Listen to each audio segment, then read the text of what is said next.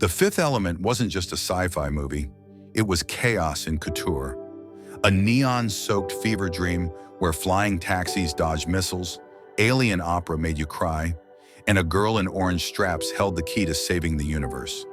But behind the cosmic colors and cult status was a story full of creative risks, on-set drama, and secrets that almost derailed the whole production. So buckle up, because here are 12 annoying facts about The Fifth Element, 1997, you probably didn't know. Fact 1, written by some lonely teen. Luc Besson, yeah, the guy who made The Fifth Element, wasn't exactly born with a camera in his hand. He was just a 16-year-old stuck in some super quiet French village where the highlight of the week was probably watching paint dry. No filmmakers, no actors. Just him, his boredom, and a ridiculous amount of free time. And instead of, I don't know, playing sports or hanging out with friends, assuming he had any, he started building an entire universe in his head. Characters, alien species, made-up languages, intergalactic politics, because apparently the real world was just that dull. And here's the kicker, it wasn't even meant to be a movie. Nope. This was his little private escape, like a mental vacation from life. 2 decades later, because apparently he had nothing better to do in between, this teenage daydream morphs into one of the most expensive sci-fi films ever made. But at the heart of it, it's still just some kid's overly dramatic way of writing himself out of loneliness, which you know is both impressive and kind of, well, a little much. Fact 2 was gonna be a trilogy because of course it was. And of course, because nothing is ever simple, Besson's original Fifth Element idea wasn't even a movie script. It was a 400-page sci-fi epic, not a short, tight story. Oh no, this thing was stuffed with 3 full movies worth of material. We're talking multiple planets, countless alien species, political conspiracies, spiritual prophecies, ancient histories, basically every single thing you could cram into a sci-fi universe, all fighting for attention like kids at a candy store. The plan? A trilogy.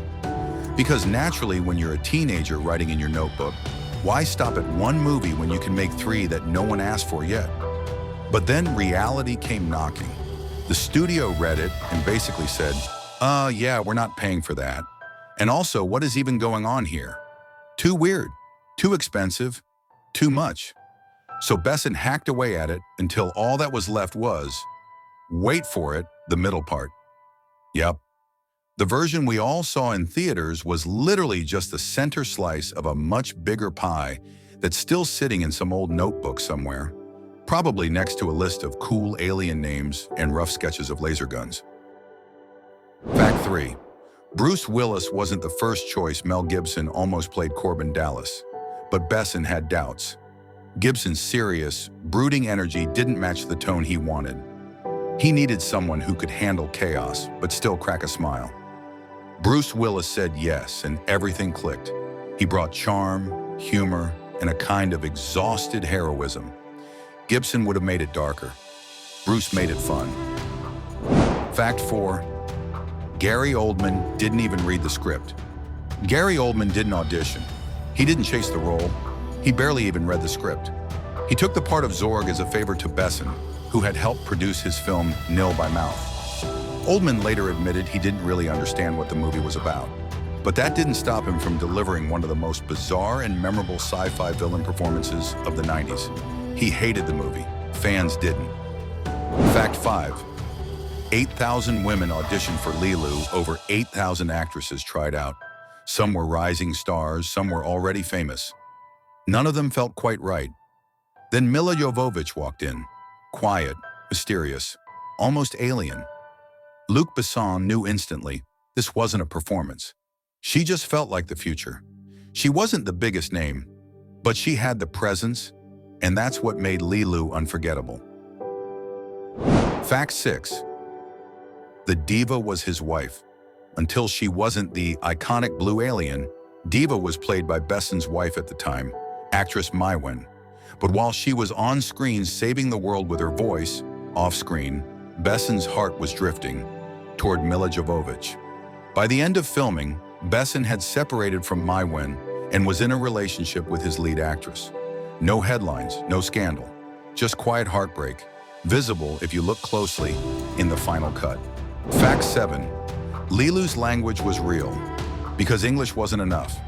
So you'd think Leelu's alien babble was just some random sci-fi gibberish, right? Oh no, of course not.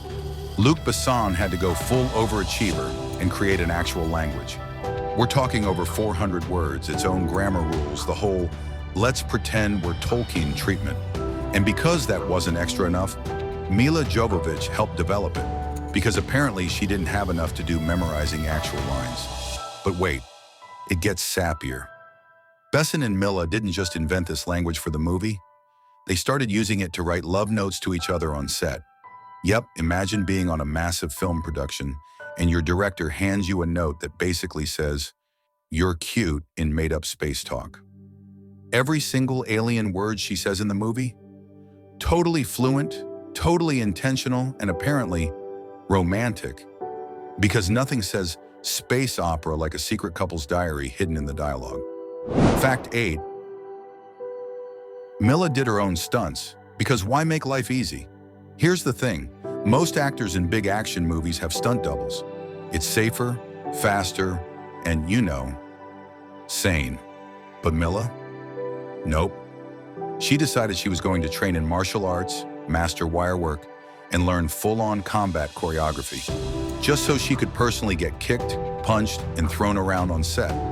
And she didn't just do 1 or 2 easy moves, she went all in. That legendary hallway fight, all her, every jump, every flip, every punch, yep, she was actually doing it. She bruised, she bled, and instead of saying, "Maybe I'll let the stunt team handle this," she was like, "Nah, I've got this." Because to her, Leelu wasn't just another role. She was a warrior, which fine, is super impressive. But also, wow, talk about making things harder than they need to be. Fact 9. The flamethrower was real. The all-in-one alien gun wasn't just a cool prop. The flamethrower part actually worked. During testing, it nearly set the ceiling on fire. The crew panicked. Fire extinguishers flew. No injuries. But a clear message. This movie was dangerous, even behind the scenes. Fact 10. The alien suits were melting the actors. The Mondo Shawan alien costumes weighed over 80 pounds and had no cooling systems. The actors moved slowly, not because of style, but because they were overheating. One even collapsed from heat exhaustion during a scene. What looked like slow, majestic movement was actually survival. Fact 11. Prince was supposed to be Ruby Rhod. Besson wrote the character of Ruby Rhod for one man, Prince. He loved the script. He agreed to a meeting. He said yes until he saw the outfits. Lace, mesh, heels, neon. Too extreme, even for Prince. So he backed out. Chris Tucker stepped in and made the role iconic, blending Prince's fashion with Michael Jackson's energy, but somewhere out there in a parallel universe. Fact 12. The explosion was filmed for real.